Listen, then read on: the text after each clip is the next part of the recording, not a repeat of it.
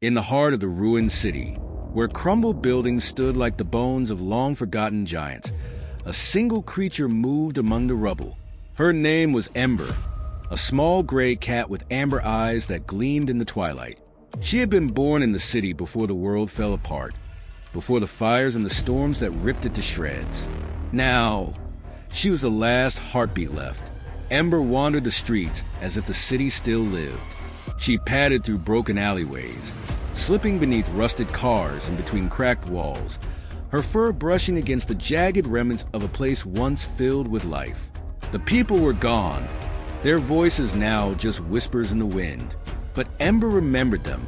She remembered the smell of food wafting from windows, the sound of footsteps on cobblestone streets, and the warmth of hands that once stroked her fur.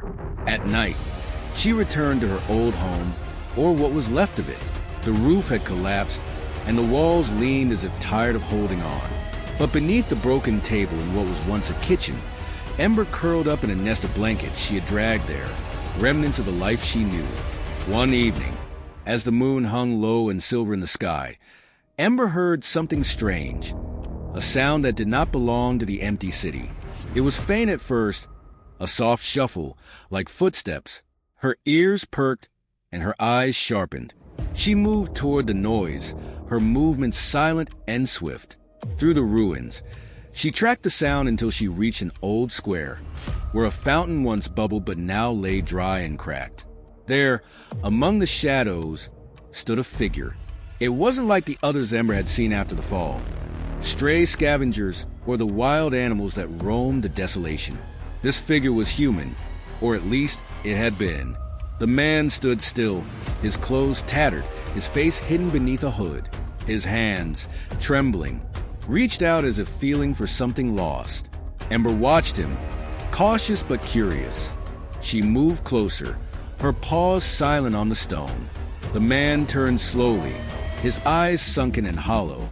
But when they found her, there was a flicker, a spark of recognition of life.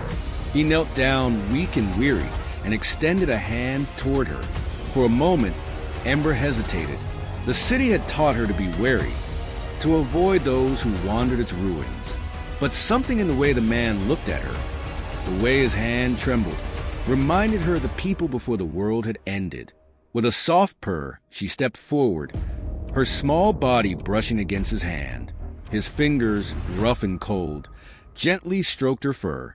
For the first time in what felt like years, Ember felt warmth. The man smiled, a sad, broken smile, but it was enough. In the ruined city, where all hope had been lost, a small cat and a weary soul had found each other. And for a moment, amidst the ruins of a forgotten world, life flickered on.